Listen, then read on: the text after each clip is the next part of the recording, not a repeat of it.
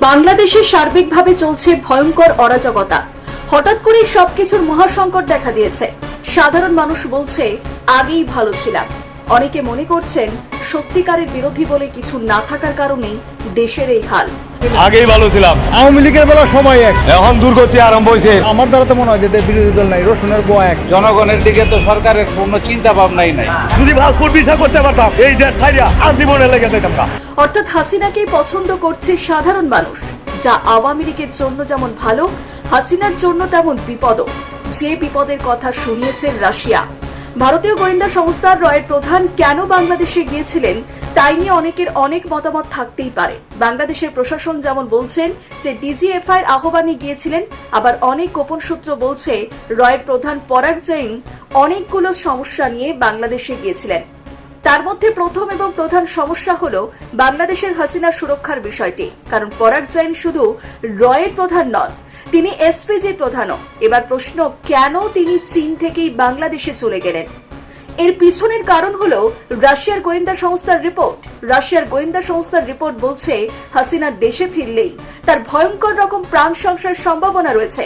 যদিও এমন নয় যে রাশিয়ার গোয়েন্দা সংস্থা বলেছে বলেই তার প্রাণ সংশয় রয়েছে। রাশিয়া না বললেও আওয়ামী লীগ জানতো যে হাসিনার প্রাণ সংশয় রয়েছে।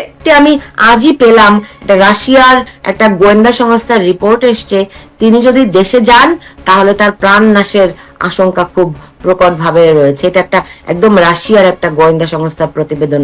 তবে রাশিয়ার রিপোর্টের গুরুত্ব এই কারণে বেশি যে হাসিনার পতনের অনেক আগে রাশিয়াই সর্বপ্রথম বলেছিল যে বাংলাদেশে আরব বসন্তের মতো ঘটনা ঘটতে চলেছে। রুশ পররাষ্ট্র মন্ত্রণালয়ের মুখপাত্র মারিয়া জাখারোভা 7 জানুয়ারি 2024 নির্বাচনের পর বাংলাদেশে আরব বসন্তের মতো পরিস্থিতি হওয়ার ঝুঁকি রয়েছে। তিনি সরাসরি বাইডেন প্রশাসনের দিকে আঙুল তুলেছিলেন, পরে যা হুবহু মিলে গিয়েছিল। আবারও সেই রাশিয়ায় বলছে যে হাসিনার প্রাণ সংশয় রয়েছে, যেটি প্রকাশ হয়েছিল রয়ের প্রধান বাংলাদেশে যাওয়ার কয়েকদিন আগে। স্বাভাবিকভাবে প্রশ্ন আসে, রাশিয়ার সেই গোয়েন্দা রিপোর্টের কারণেই কি র প্রধান তার টিম নিয়ে বাংলাদেশে গিয়েছিলেন? যেহেতু শুধু প্রধানমন্ত্রীর সঙ্গে বৈঠকেই সব সমাধান হবে না, তাই ডিজিএফআই এর আমন্ত্রণে রয়ের প্রধান ঢাকা গিয়েছেন বলে সংবাদ মাধ্যমে প্রকাশ করা হয়।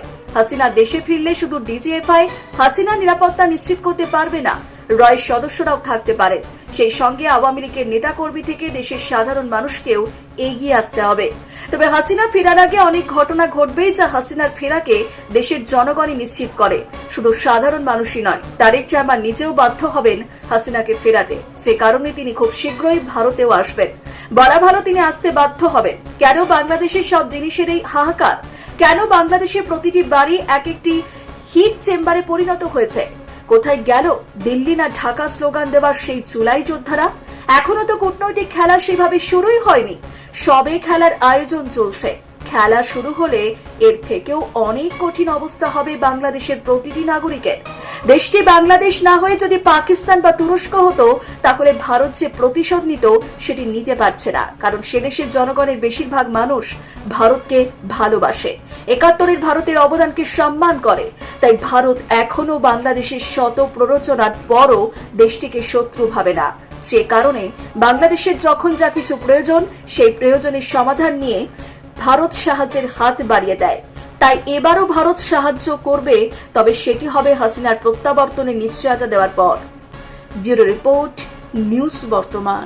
আমাদের নতুন পেজ সাবস্ক্রাইব করুন আরও বাংলাদেশের খবর পেতে। জাতিসংঘের নিরাপত্তা পরিষদের আল কায়দা ও আইএস সংক্রান্ত মনিটরিং টিমের 38তম প্রতিবেদনে বলা হয়েছে, আল কায়দার ভারতীয় উপমহাদেশীয় শাখা বড় বড় ইউনিটের বদলে ছোট এবং বিক্ষিপ্ত সেলের মাধ্যমেই নেটওয়ার্ক বিস্তারের চেষ্টা করছে এবং বাংলাদেশকে ব্যবহার করে সেখানে সেল বা ঘাঁটি গাড়ার চেষ্টা চালানোর বিষয়ে উদ্বেগ প্রকাশ করা হয়েছে। প্রতিবেদনে 2025 সালের নভেম্বরে দিল্লির লালকেল্লার সামনের বিস্ফোরণটির জন্য আনুষ্ঠানিকভাবে একিউআইএস কে দায়ী করা হয়েছে। ওই অঞ্চলের নিরাপত্তা নিয়ে কাজ করা জাতিসংঘের বিশেষজ্ঞ দল জানিয়েছে যে একিউআইএস বাংলাদেশকে কাজে লাগিয়ে তাদের অপারেশনাল সেল বা ঘাঁটি প্রতিষ্ঠার চেষ্টা করছে, যা নিয়ে গভীর উদ্বেগ রয়েছে। এখন প্রশ্ন হলো, বাংলাদেশে আল কায়দাকে কারা আশ্রয় প্রশ্রয় দিচ্ছে এবং কেন? উপরের দিকে বিএনপির মধ্যে কিছু যারা 71 সনে যাদের পূর্বপুরুষেরা স্বাধীনতা বিরোধী ছিল, তাদের মধ্যে একটা দুর্বলতা আছে জামাতের প্রতি।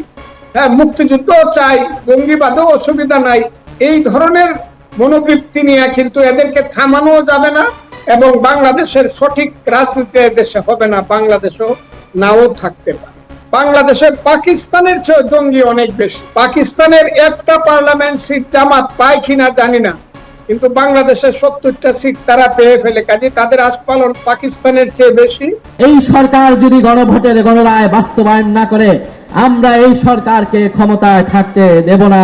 এগুলো কিন্তু সরকারকে বার্তা দেওয়া হচ্ছে যে বেশি যায় লাভ নাই, আস্তে আস্তে। কেন এবং কাদের সাহসে তারেক রহমানকে হুমকি দিচ্ছে জামাত সহ এনসিপি নেতারা? 200 বেশি আসন পেয়ে জিতে আসা দলের প্রধানমন্ত্রীকে হাসিনার মতো দেশ ছাড়া করার সাহসী বক্তব্য দেওয়ার পিছনে কারা সাহস যোগাচ্ছে? এরা কারা?